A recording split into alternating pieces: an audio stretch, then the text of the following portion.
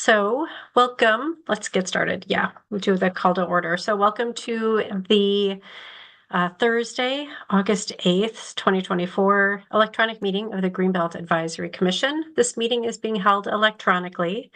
We intend to conduct this meeting similarly to an in-person meeting. However, please be patient if there are technical issues. Public comment will be via telephone only. Please know that if you're watching this meeting live online, there is a 30-second delay. To speak during any of the public comment opportunities, please call 1-877-853-5247 and enter the meeting ID number 941-0420-8673.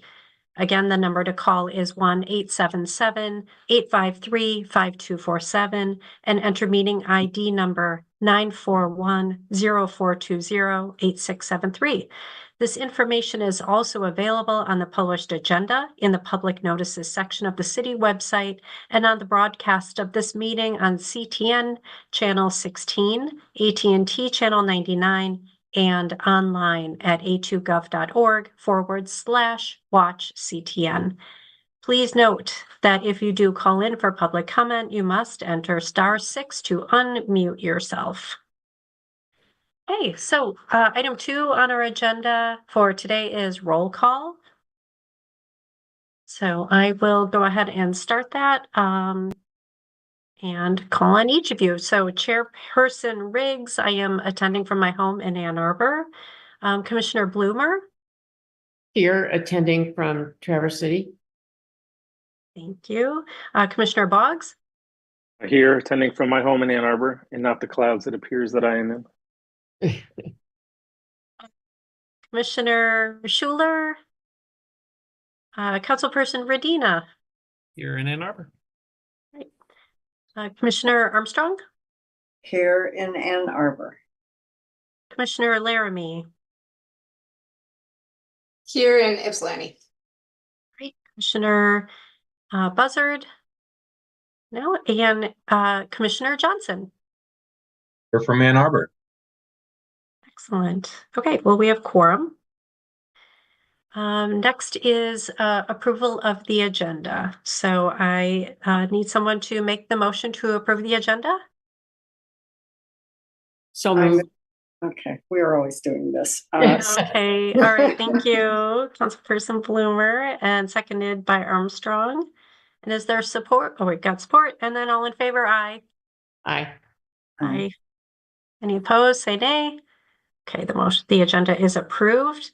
Approval of the minutes. So with the agenda came a link to the June 6th Greenbelt Advisory Commission meeting minutes, and we can take just a few minutes to review those before we vote on them.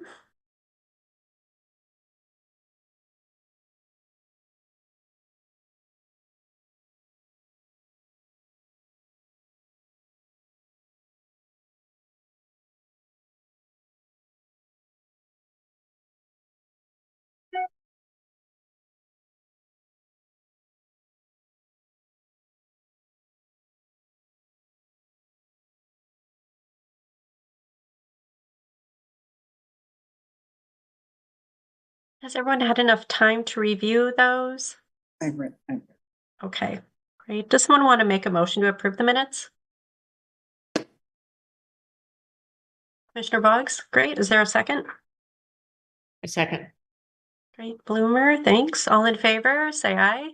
Aye. Aye. Any opposed, say nay. Okay, the minutes are approved. Thank you.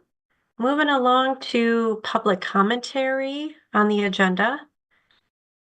So now hold public comment. Is there anyone waiting on the line to speak to the commission? We have no callers for public commentary. Okay. Thank you very much. Check in again later. I'm going to move on then to presentations. So we have a staff report to start it off. Hello, everybody. Thank you for spending your summer here. So the most exciting and apparent thing that I would like to start with is I'd like to welcome and introduce the new face in the room, Bentley Johnson. Following Robert Gordon's terming off of the commission a couple months ago, Bentley is our new GAC member representing an environmental organization, specifically the Michigan League of Conservation Voters. So we're very lucky to have him here with us. Bentley, would you like to introduce yourself further? Hi, everyone. Yeah, it's just such a pleasure to be here and to be on the Greenbelt Advisory Commission. I'm Bentley. I use he, him pronouns. I grew up in Ann Arbor, mostly, mainly Pittsfield Township area. Went to Lawton, Slauson, Pioneer, University of Michigan, and then moved to DC for about 10 years. Worked for groups like the National Wildlife Federation, working on public lands issues, Senator Gary Peters. And then close to 7 years ago, moved back to Ann Arbor with my family. My wife Maggie is also from Ann Arbor, and we've just loved being back home, being by family. And one of the great things that we love about Ann Arbor are things like the Greenbelt and how the city and the surrounding area really puts public land conservation, working with private landowners to make sure that we have local food and habitat for wildlife and places to recreate and all the other benefits that come along with this. So just really glad to be here and really eager to help support in any way. Welcome. We're glad you're here. Yay. Would you also all mind doing a quick round of introductions to Bentley? Your name, if you or what you represent on this commission, and how long you've been on the commission. Starting with Elizabeth and then popcorn it around, please. Sure. Okay. Yeah. Hi, Bentley. Elizabeth Riggs, and I am chairing the Greenbelt Advisory Commission. I think I've been on for 3 years, I would guess. And I represent member at large. What else did you want us to share, Rosie? How long you've been on this commission? Yeah, I think that's about how long it's been. So, yeah, so good to see you again. I think our paths crossed when I was doing work at the Huron River Watershed Council. So glad you're with us. And I will pass it over to Roseanne. Hi, I'm Roseanne Plummer, and I represent the farm community. We have a farm in Webster Township, which is part of the Greenbelt. I've been on the commission, I think this is my 5th year. Not real positive about that, but I think so. Welcome.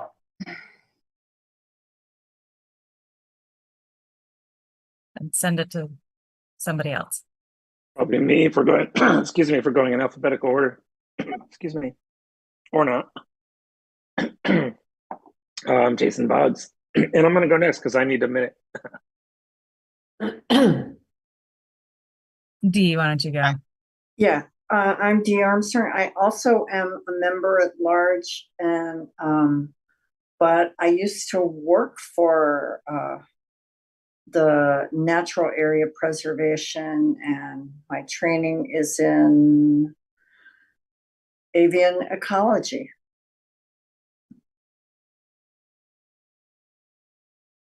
And I've been on the Greenbelt 3 years, approximately. This is great. I actually didn't know that about you, Dee. That's really neat. I'm Jason Boggs. I represent the real estate side of things. I think it's been 4 years. It's certainly been at least 3. I want to think it came in 2020, but it might have been 2021. That's what I remember. Welcome, Bentley. How about, I'm just going to call on people. Kate, do you want to go? And then Travis, and then Julius. Sure. Hi, welcome, Bentley. My name is Kate Laramie. I'm an ecologist and a program coordinator at the Huron River Watershed Council. I've been on the advisory commission for a little over a year. I started in the spring of 2023. And I represent the Environment Conservation Org spot. Hi Bentley, I'm Travis Redina. Bentley and I know each other. I'm very glad that he responded when I reached out and heard that we had an opening for his position. I have been on the commission for a year and a half about as the council liaison. So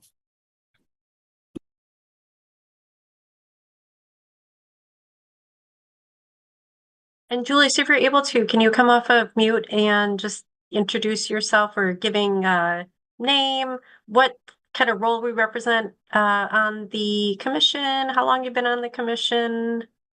Yeah. I was ready when it was not my turn. My name is Julius Buzzard. Pronouns are he, him, his. I am the executive director at Growing Hope. I have been on a part of this commission since sometime last year, maybe November, maybe January of this year. I feel like we talked a lot when I was coming on, and I'm not sure when I actually joined.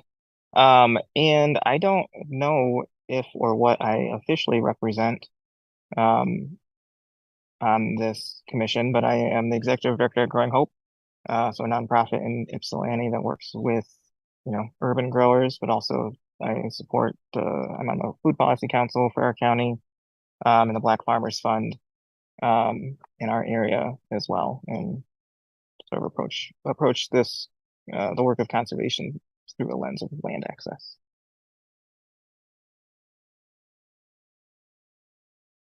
Thank you all. What an impressive group. Yeah, thank you. Looking forward to getting to know you all better. And I should say, I think Rosie mentioned my day job, I work for the Michigan League of Conservation Voters, and I'm the Federal Government Affairs Director and live on the north side of Ann Arbor. Right. And Thank then you. you may know too that Sheila Schuler is also another commissioner who's not here at the meeting today, but is faculty at the University of Michigan Seas and is a biologist. I think that's the role she fills, or ecologist. Yeah.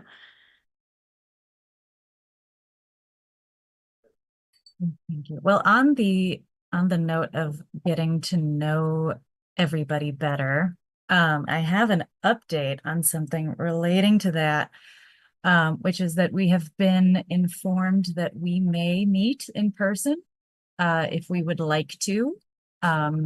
There is a limit to how many in-person meetings we can have. The city has decided that virtual meetings reaches more people. And I think we generally have a preference for it anyway, but we may meet in person. I think folks were asking for that, for a time to really meet each other and chat a little bit afterwards. So if it's all right with you, I think before the end of the year, I will set one of those up. That sounds great. I don't know which month yet, but there are only so many, so coming up. All right. Continuing on with staff report. We have some properties that closed in the last month. These were both partner-led properties. So that's they were both Webster Township. Is that right? Yes, Webster Township led properties, conservation easements. So that we participated in. So on the left, we have the CARES 2. So that was that real small one, but is part of a giant block of protected land that's in the outlined in red.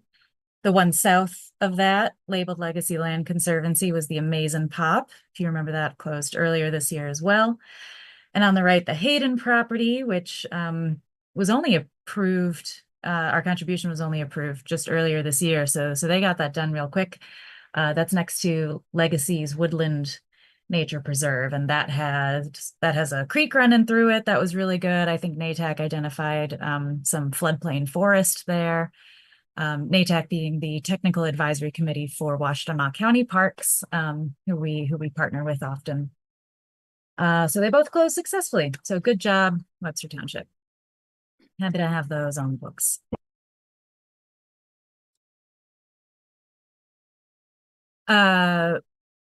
If you recall from our last meeting in June, we were talking about our participation in a new application to the RCPP, the application being led by Legacy Land Conservancy. The RCPP is a federal funding source that the way it functions is you apply to it with a larger project with a lot of partners, with a sort of preservation. There's a lot of land management that could be done with it too that we don't do as much. We use it for the easement funding. But you apply as a group to this big pot of money for funding for 5 years. So if you receive the RCPP, you have consistent funding for easements to fund 50% up to 50% of the value of an easement for 5 years. So Legacy, I had asked for a motion to approve our commitment to that. And that went to City Council afterwards, and Legacy submitted the application on July 2nd successfully. So I don't know when we will find out about that. It will be a couple months, but Legacy worked very hard on that. And we supported them with some of our old RCPP, information, but they were working to the bone and under the wire, with a very short turnaround time. So we really appreciate them as a partner. I do want to update you on, we changed our commitment a little bit from what we presented in June. So the motion at the time was to commit up to $3 million to this RCPP over 5 years. And that was in part knowing we may have to reduce it. So we had some conversations after that meeting that gave us a little bit more information about how easements work under the RCPP. We're always learning new stuff about that.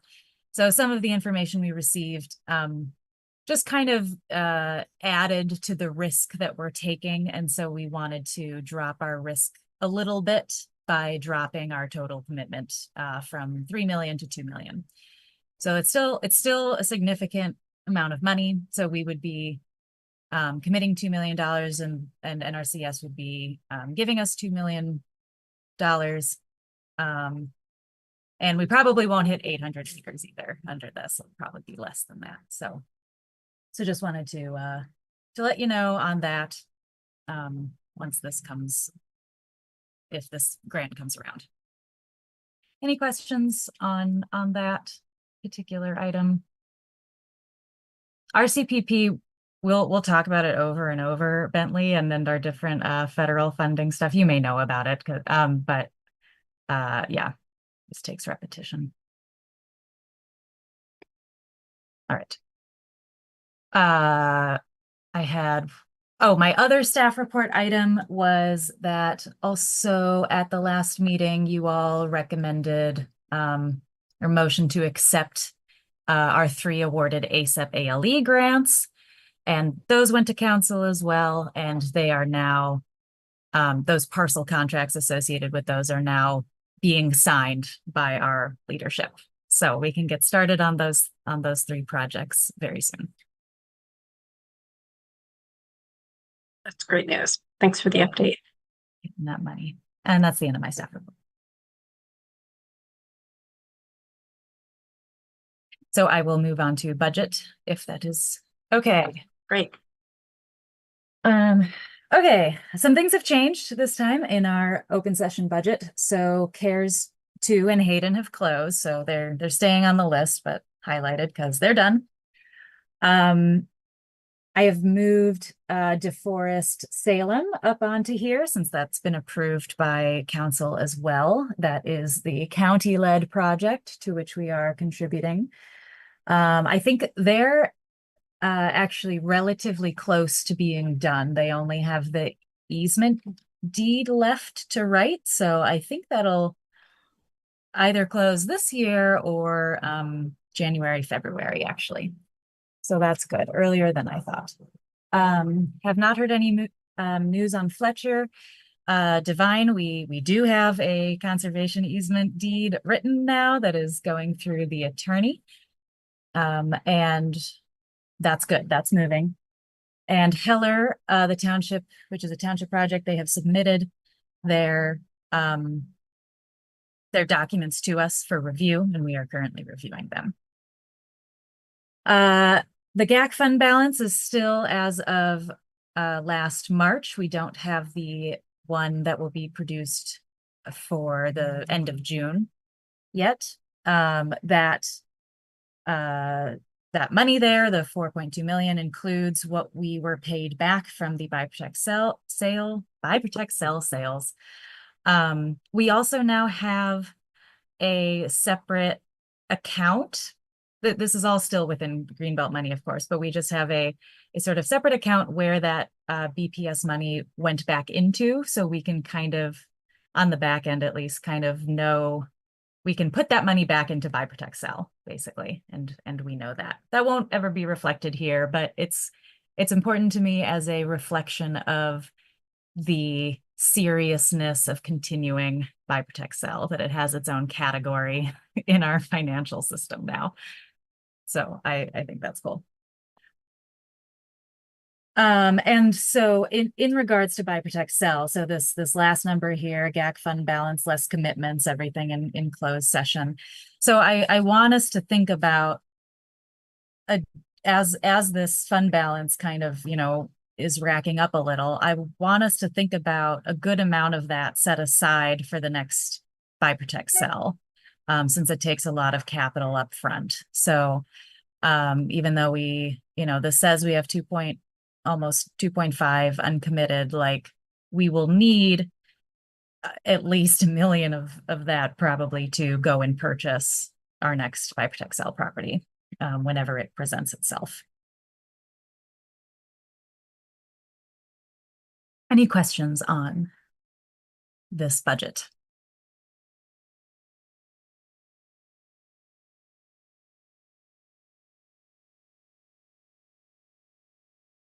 I don't see any questions. Is anything, just while we're here, is anything confusing about this? Are there any changes that you'd like to see to the open session budget? Yeah, and Bentley too, you're seeing this probably for the first time, so you probably have the freshest eyes. And if there are any questions that you have about what's on here, you can take some time to address those. Mm-hmm. And that question can simmer for a month or so, but I'm opening it up. Okay. Well, we can move on to the next presentation when you are ready. So that would be the project scoring revision kickoff. It sure is. It's exciting. Yes. So, okay. So the Greenbelt. So this is a big topic. So we're starting today. We're not going to finish this today. We're just going to do sort of a big picture overview of Greenbelt scoring. This is separate from Blue Belt scoring. Talking about traditional Greenbelt here. So the Greenbelt scoring system is our primary tool for deciding which properties to protect. The requirement of a scoring system is part of our Chapter 42 OSPP ordinance, Open Space and Parkland Preservation Ordinance. And it is there so that we may have accountability, consistency, and clear messaging in our decisions. We always rely on the scoring system in our memos to council to justify the decisions we make. The scoring system is a subtly powerful influencer in our work, as I see it as the written statement of what land the city thinks is important to conserve. And that thought can be rooted in science, in finances, governmental relationships, policy, urban planning, etc. The Greenbelt scoring system has been relatively the same throughout the program's history, with a couple, the program's 20-year history, 21-year history now, with a couple categories dropped over time that were not listed in the ordinance, but that were just added. And some points have been shifted around over time. We are doing this right now because it has been an objective of GAC's since at least 2019 to review and revise the scoring system again. Also with the Blue Belt, working on that simultaneously kind of is the same thought process, and it's good to think of them together. A subcommittee formed back in 2019 and did some work at the time on Greenbelt scoring, but then it kind of fizzled out with COVID, but we have some good notes from that. Sheila was on that, and Robert, and one other person I am forgetting. I apologize, I wasn't there. With the Chapter 42 ordinance revisions that passed this year, this is especially a good time to jump into it again. If you recall, with Chapter 42 changing, one of the changes we made with that was we eliminated the prescribed scoring categories that were listed in the ordinance. So it still requires that we have a scoring system approved by GAC. It's just no longer limited to specific categories. So the sky's the limit, sort of. So that's the major reason we are doing this now. But why it's relevant to do is that our landscape has changed over time, and that affects a lot of things. You know, we now have properties all over the place as compared to when this started. There was nothing, and we needed to put something on the map. And some choices that were made are reflective of that. And with landscape changing over time, and with the Greenbelt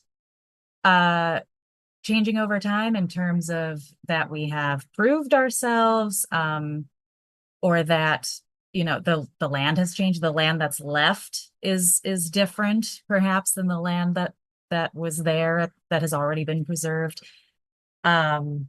And we can address that.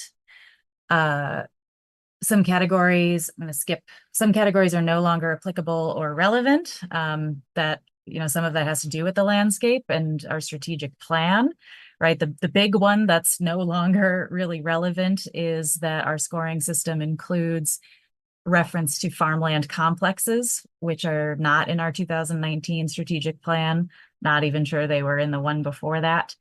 And those farmland complexes were part of the original strategic plan to just start somewhere. And we have a different, you know, we've shifted to the ability to have a parcel prioritization method that has been adopted, that you've all seen before. So why are we still referencing farmland complexes? Grant award requirements have changed over time too. Sometimes grant category, or I'm sorry, scoring categories are in there because they match our federal funding scoring system that NRCS puts out, so that we can have some prediction that properties that work well for us will also work well for the grants that fund what we do. And so NRCS has changed their stuff over time as well. And then it's just good practice to reevaluate what we do at any given time, even if it is to reaffirm the same thing, that what we were doing was already good and relevant. For example, you know, I'm familiar with the Agricultural Land Preservation Advisory Committee over at the county. They would review their scoring system basically every other year. sometimes nothing changed, but they did like a whole review of it just to make sure it was still good, and they tweak things here and there. So it can be we don't necessarily have to do that all the time, but it's a normal practice that's good for keeping up with modern times.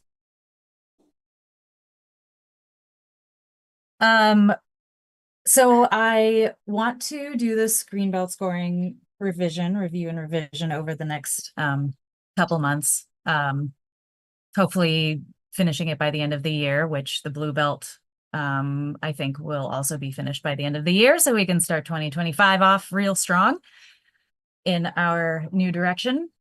So I want to talk about Greenbelt scoring like within the context of our other initiatives that we now have. So no matter what we're doing at any time, OSPP is about preserving high quality land. It will always be about that. That's always the top priority. So we talked about that during Buy Protect Sell, right? Our Buy Protect Sell property still met our scoring system criteria. You know, it was still considered to be agricultural land we should preserve. And then we stacked an equity benefit on top of that for that. The Blue Belt will be about preserving high quality land just for a particular purpose. So that's, and the Green Belt, of course, is where it started, preserving high quality agricultural and natural resources land in perpetuity. So it's always about that. But the distinctions between those three things are also important. So for the Green Belt, I'm using the term perpetuity here because it's always good to keep that in mind, that the choices we are making are about the land. And I want to, these are the things I want you to keep in mind as discussions about this happen over the next 3 months. The easements and what we're doing is generally about the land, or at least that's how I still see it. Our program still sees it,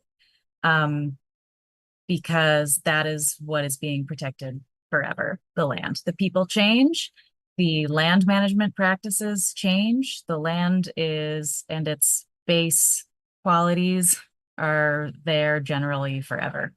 And that's what easements focus on. Buy, Protect, Sell, right? We use that opportunity to address the very real people aspect of what we do, by still stacking it on top of land stuff. So that's where we were able to dive into other priorities that we all have, other things that we all really care about local food and fiber, other sustainability issues, equity, income-based equity, all those good things. And then the Blue Belt will focus heavily on water quality. The Green Belt still does that, but the Blue Belt is really going to hone in on that. Where the Green Belt tends to be like a little more general about tends to be general about natural resources, I should say. So I want to keep those. I just want you all to keep that similarity of high quality land in mind, but the differences among those three things, and how we spread out, how we are now able to spread out our priorities and the things that we care about in the world of agriculture and land protection. Rosie, could I just add a thought to this? Because I'm looking at Green Belt and Blue Belt, and there's never like a perfect way to present the information, but I'm also thinking too that Blue Belt and Green Belt can certainly overlap, right? I mean, there's going to be places in the district that are going to achieve both the blue and green objectives. So they're not mutually exclusive. So I just wanted to add that observation.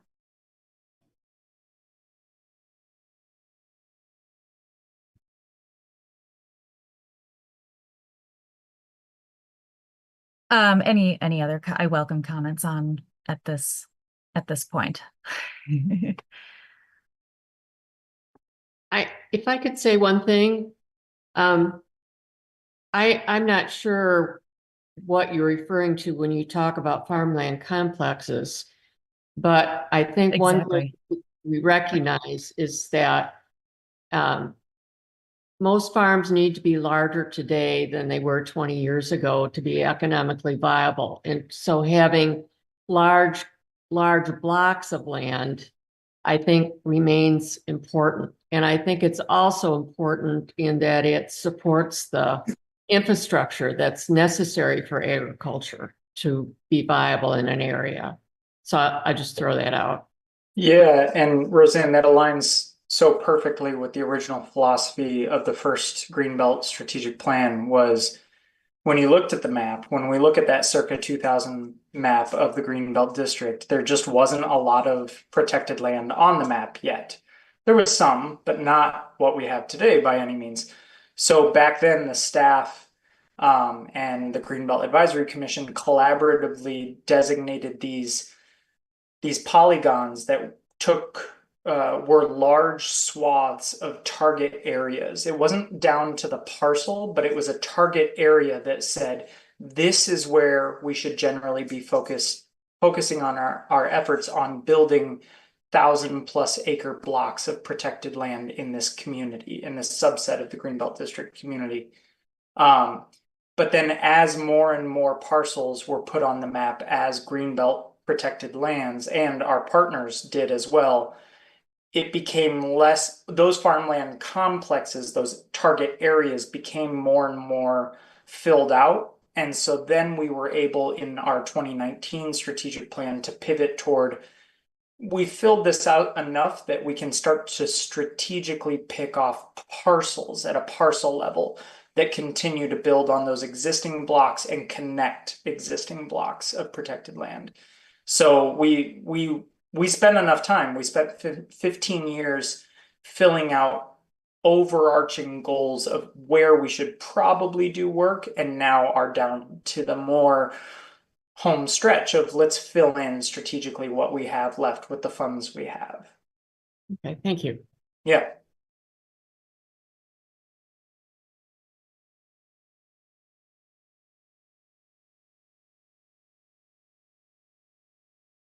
Okay.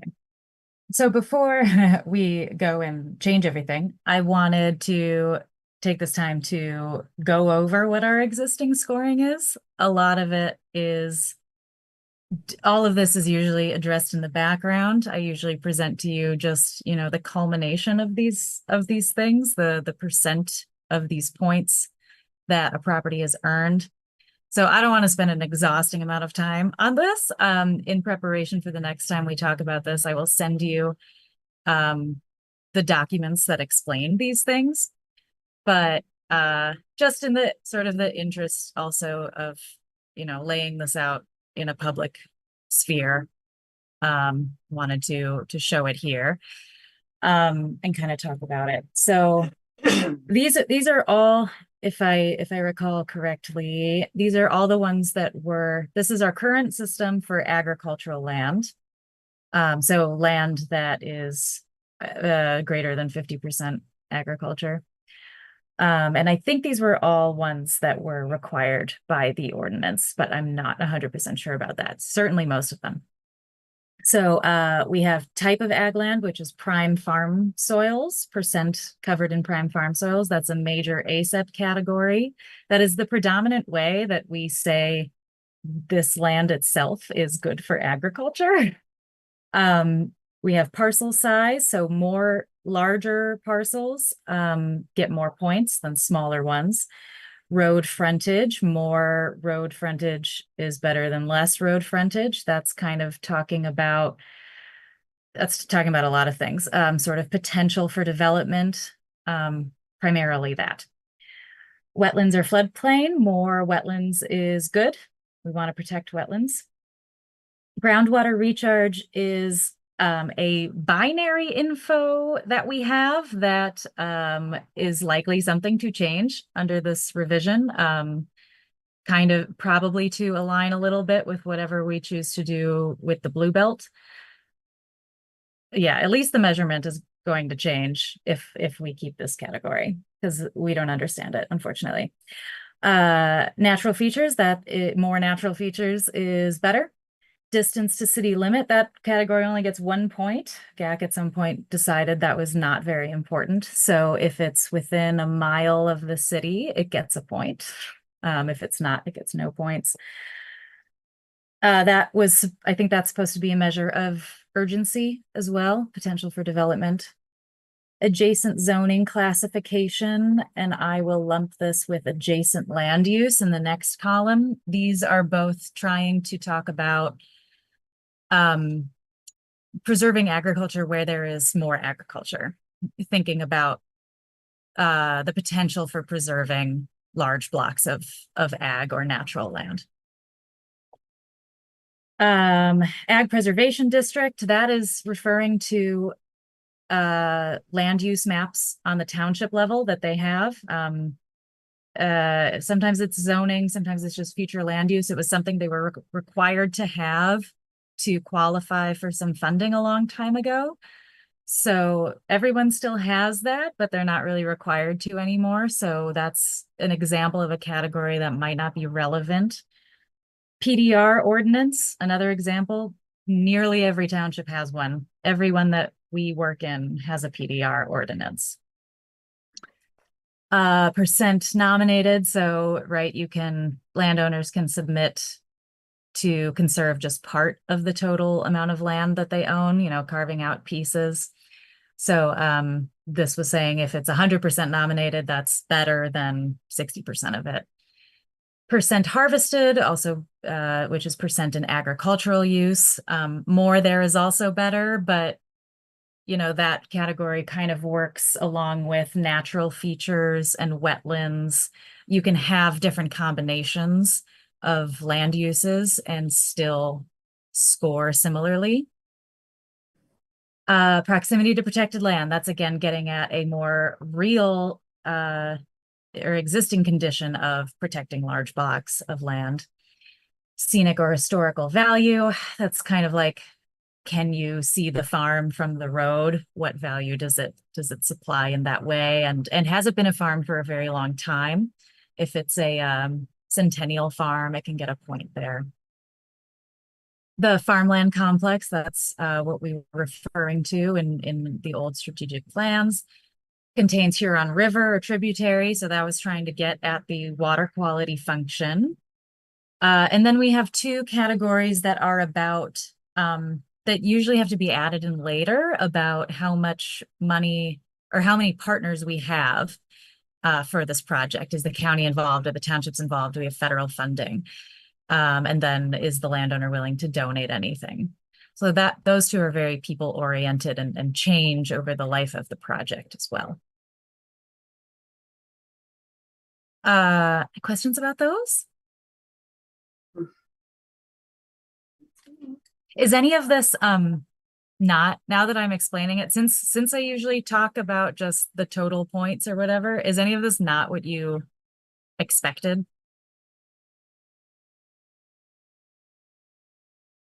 Cool. Okay, I'm glad that was being communicated well to you. Okay, natural areas. I'm actually less familiar with this because I think I've only run 2 properties through the natural area scoring. So I'm not going to get into great depth with these, but does it have mature trees or rare species? NATAC has been a great help, as well as HRWC's bioreserve site assessments, really helpful for evaluating that category. Parcel size, again, bigger is better, more road frontage is better, more wetlands are better, groundwater recharge is important, more natural features, that's supposed to be getting at biodiversity as well. We have HRWC bioreserve site right on here, whether it has one. If you are unfamiliar with the bioreserve site assessment, now also called the natural areas site assessment, HRWC did a big GIS assessment that picked out contiguous natural areas throughout the watershed I've always said it was 20 acres or more. I've learned it might be smaller than that, but it is irrespective of parcel boundaries. It's where the natural areas go. So those are, and then they go and evaluate them on site, and then they have this big old database, and it's wonderful. Okay, distance to city limit again, adjacent land use. Again, you want compatible neighboring land uses. Proximity to water resources, that's actually a measurement of the length of stream that is on the property, how much water frontage is in the property. Proximity to protected land is the same. Does the township have a natural features ordinance? So that's different from PDR. Those are a little rarer. That's trying to say how committed to natural areas is this local government. Scenic and historical value again. Number of vehicle trips, that's looking at road class. So I think that's trying to get at also a bit of recreation potential, which is at the bottom, but like, are people going to see this? How often are people going to be able to come here? Especially when this is what often comes through our natural area scoring is fee simple acquisitions, not as many conservation easements. So a lot of these are the county's projects, they're buying land and they're buying land for nature preserves, and we're considering contributing. Strategic plan area, again, contains Huron River, again, percent nominated, all those same things. And then recreation potential is basically, will the public be able to go there? Whew. It's an exhaustive Excel spreadsheet, let me tell you. So when we go and change this, now I didn't say the process for this. Well, I'll get to that at the end. Okay, so what can change about the scoring? We can change the entire scoring categories. We can remove them now. We can add some. We can change them. Within those scoring categories, you can change how many points are assigned in total to that category. So I have this little example table down here. So this is, it's not greatly formatted, but this is the parcel. This is about parcel size. So this is saying 0 to 40 or 0 to 39 acres gets you 2 points. 40 to 80 acres gets you 10 points. 81 acres and above gets you 15 points. So the maximum amount of points you can get from this category is 15. So when we talk about weights, a category is weighted higher given more importance, the more total points that can be allotted to it, or the not just the absolute, but the percentage of total points in the whole scoring system that can be allotted to that category. So that can change. And then distribution of points within a category can change. If we think in total we need to be prioritizing even larger parcels than just 81, that top category could be 100 instead. Or if we want to go smaller, it can go in the other direction. And then another thing that we don't have here in our program is eligibility requirements. We don't necessarily need it. It is an option that can change. So a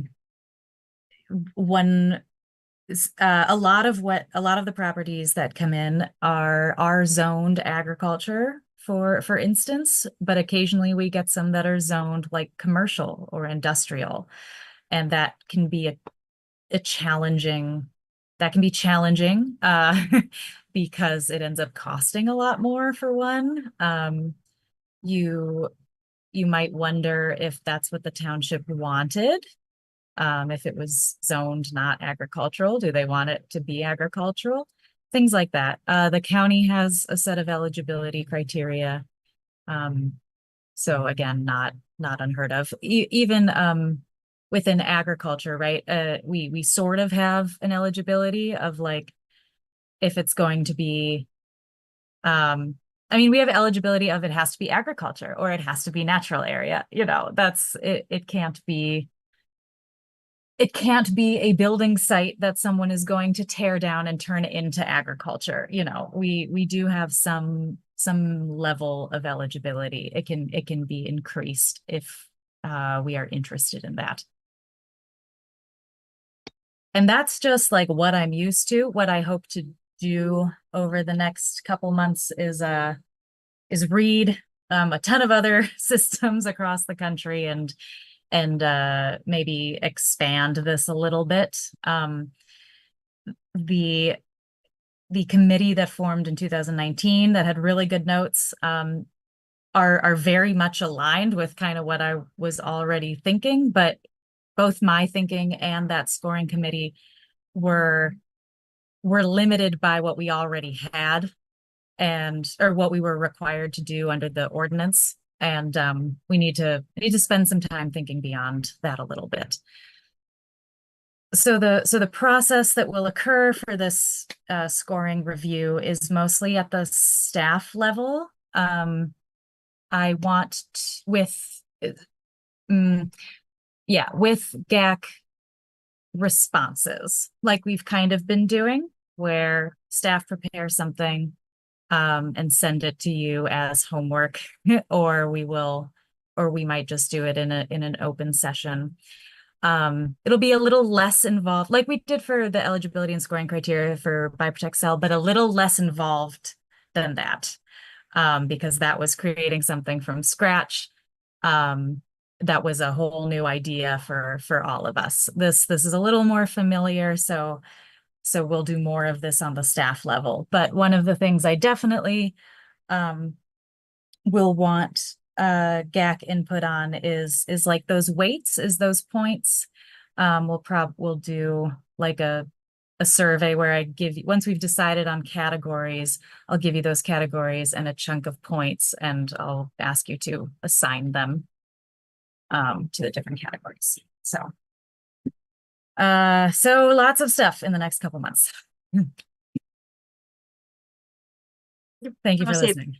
Thank you so much. That was one of the questions that I have is, I know that there's not a specific due date for completing the updates, but did you just say you'd like to do it this fall? I would like to, yes. Yeah. Mm-hmm. Okay, incentive for us to get to the next meetings. Mm-hmm. Are there other questions or comments or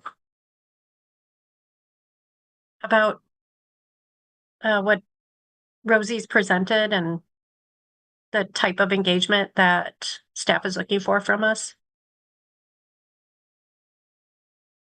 Or excitement?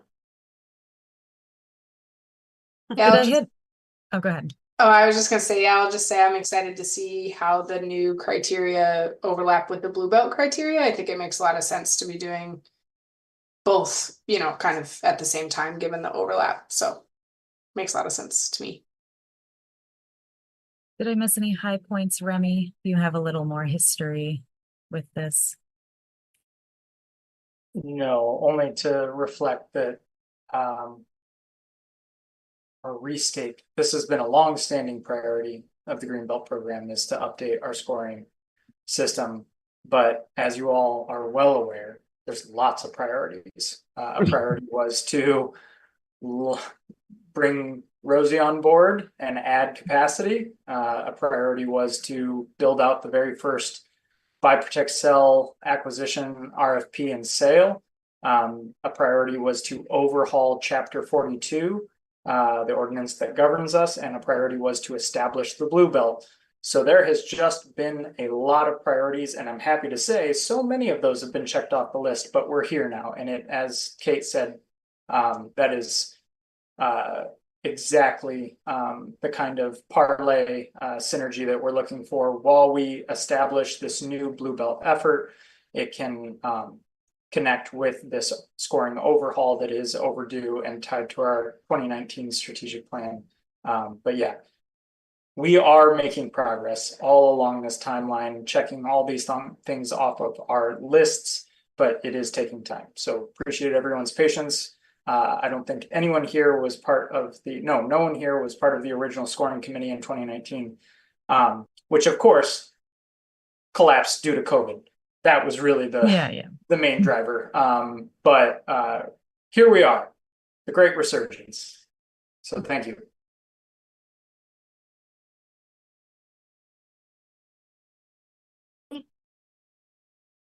Last call for comments, questions, I'm just enthusiasm. excited that yeah, excited and enthusiastic. Seems like a good time to be joining ahead of this process.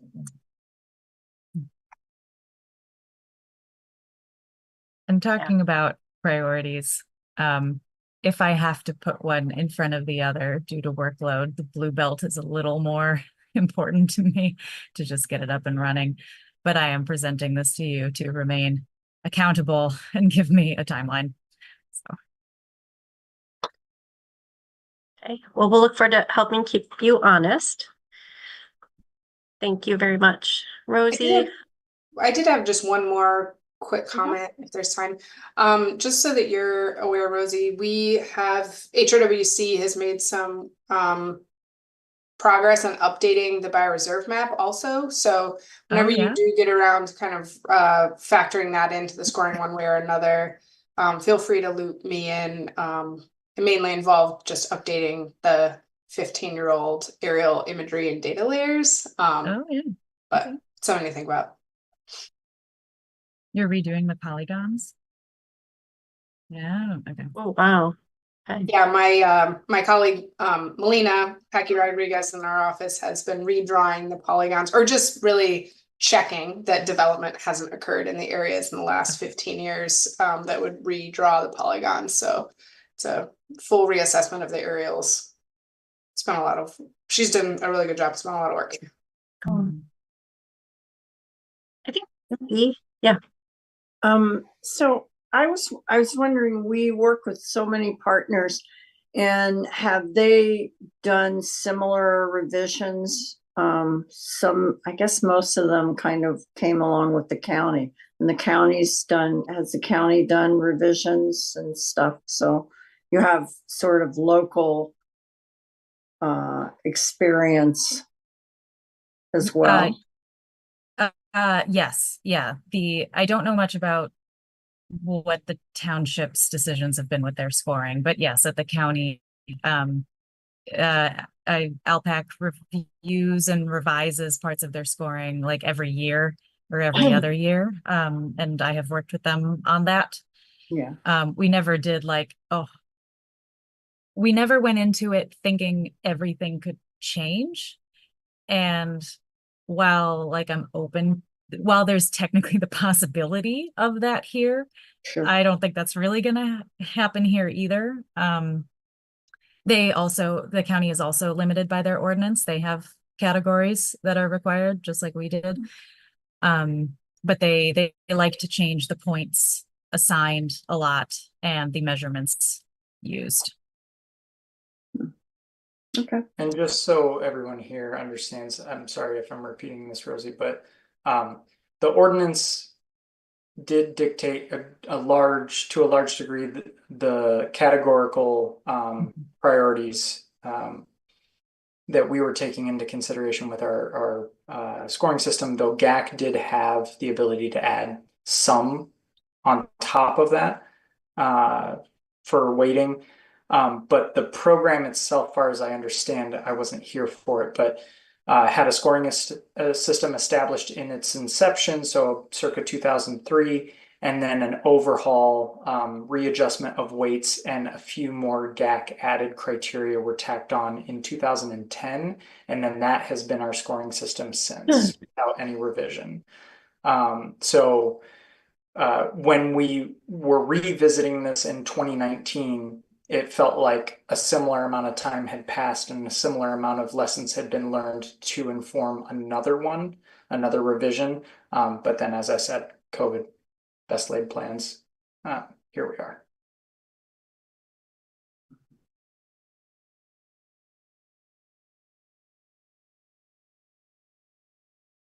Okay, are we ready to move on to our next agenda item? Great, that is new business. So does anyone have items, set items for next meeting? Any new business? No? Okay. Then that takes us to our closed session to discuss land acquisition. And everyone received their own link in an email from Rosie. So please make sure you found that. So to go into closed session, we need someone to make a motion to go into closed session. So could I ask someone? Okay, Councilperson Radina and second and supported by Boggs. So then I'll do a roll call. Please answer with yes, and then we'll go into closed session. So Commissioner Bloomer, Yes. Commissioner Boggs, Yes. Councilperson Radina, Yes. Commissioner Johnson, Yes. Commissioner Armstrong, Yes. Commissioner Buzzard. Yeah. Commissioner Laramie Yes. and Commissioner Rakes. Yes. Okay, so we'll go into closed session and we'll see you there. And that was a email from Zoom directly that went to you, in case anyone's confused. Okay.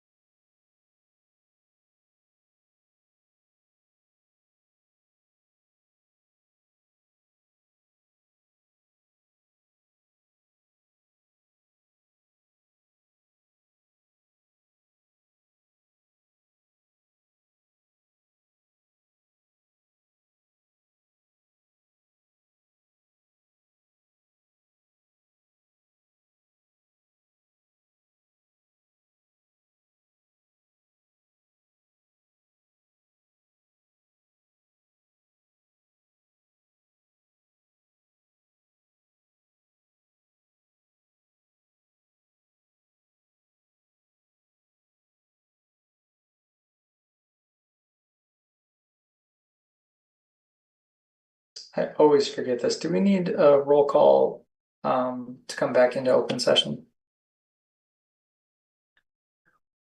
You do not need a roll call, you just need a vote. That's how we do it at council anyway. Yes. We vote to come back, but it's done by voice vote. Yes.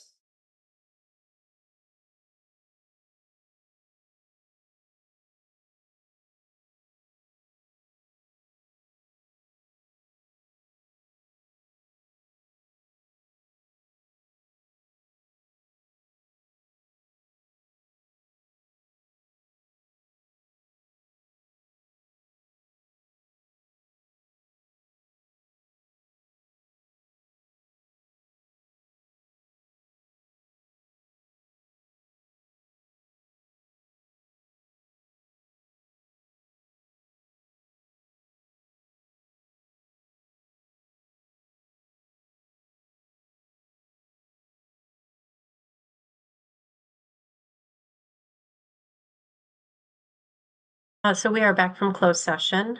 And do I need a motion to re-enter open session? Okay, Congressperson Radina making that motion. Thank you. I'm going to support that. All in favor? Aye. Aye. Aye. Any opposed? Nay? Okay, great. We are back. Are there any motions from our closed session?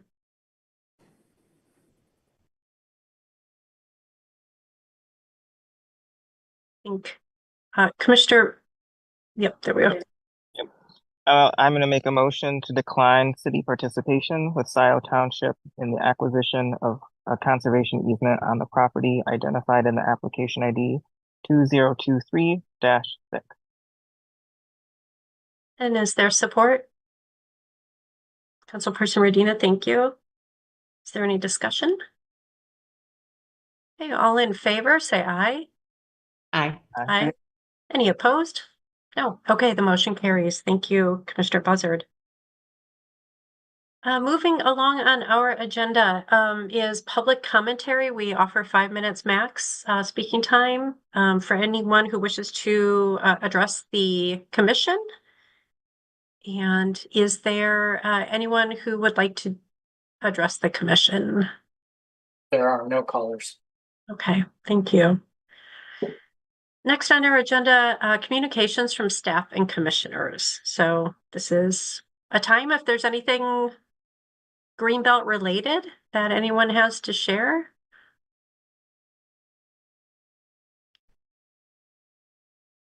We can think about it for next meeting. I know, I always forget that that's an option. Okay.